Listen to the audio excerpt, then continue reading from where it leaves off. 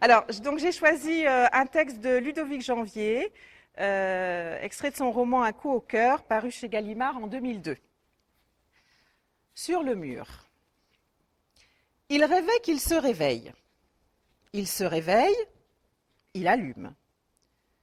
Une énorme araignée s'étale sur le mur blanc face au lit. Si la nuit faisait un geste, ce serait cette araignée au beau milieu du mur. On dirait qu'il palpite. Il crie, seul dans la maison. Sa mère, elle est partie où? Elle est avec qui cette nuit, la salope? Il crie encore. On doit l'entendre jusqu'au village.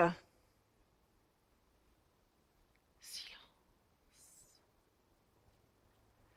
Comme si la première araignée en avait attendu une autre, ou comme si les cris avaient appelé cette autre à la rescousse, quelque chose bouge et sort de l'ombre au plafond. Une deuxième araignée qui paraît tout entière au bord de la poutre.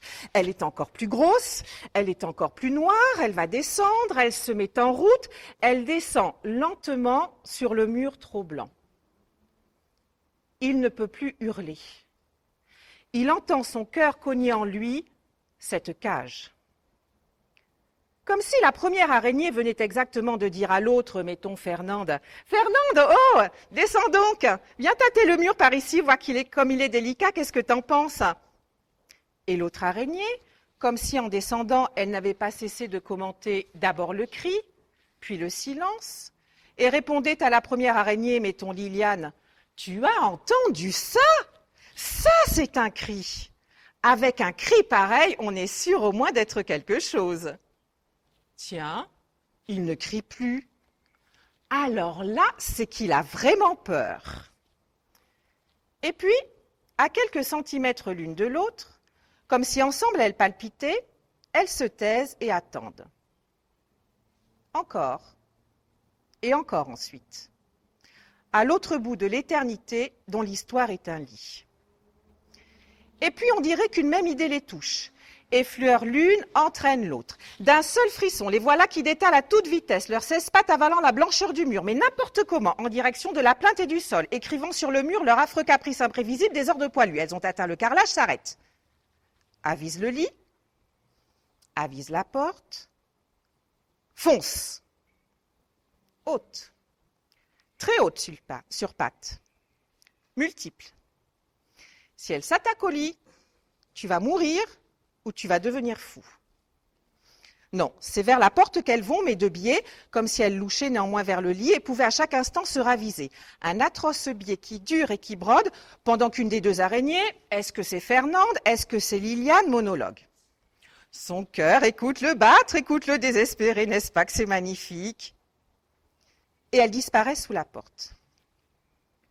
Bien plus tard, il repose son chausson. Il a l'impression qu'un rire était caché dedans. Il se recouche. Il éteint. Il rallume. Pour être sûr. Rien. Il éteint. Pour être tout à fait sûr, il rallume.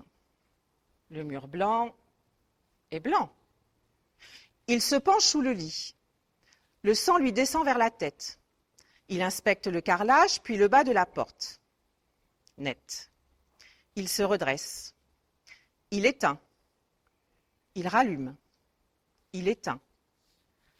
Jamais je ne me rendormirai 50 ans qu'il guette et qu'il rallume, cherchant sa peur, la peur de sa peur, en vain le plus souvent, de moins en moins.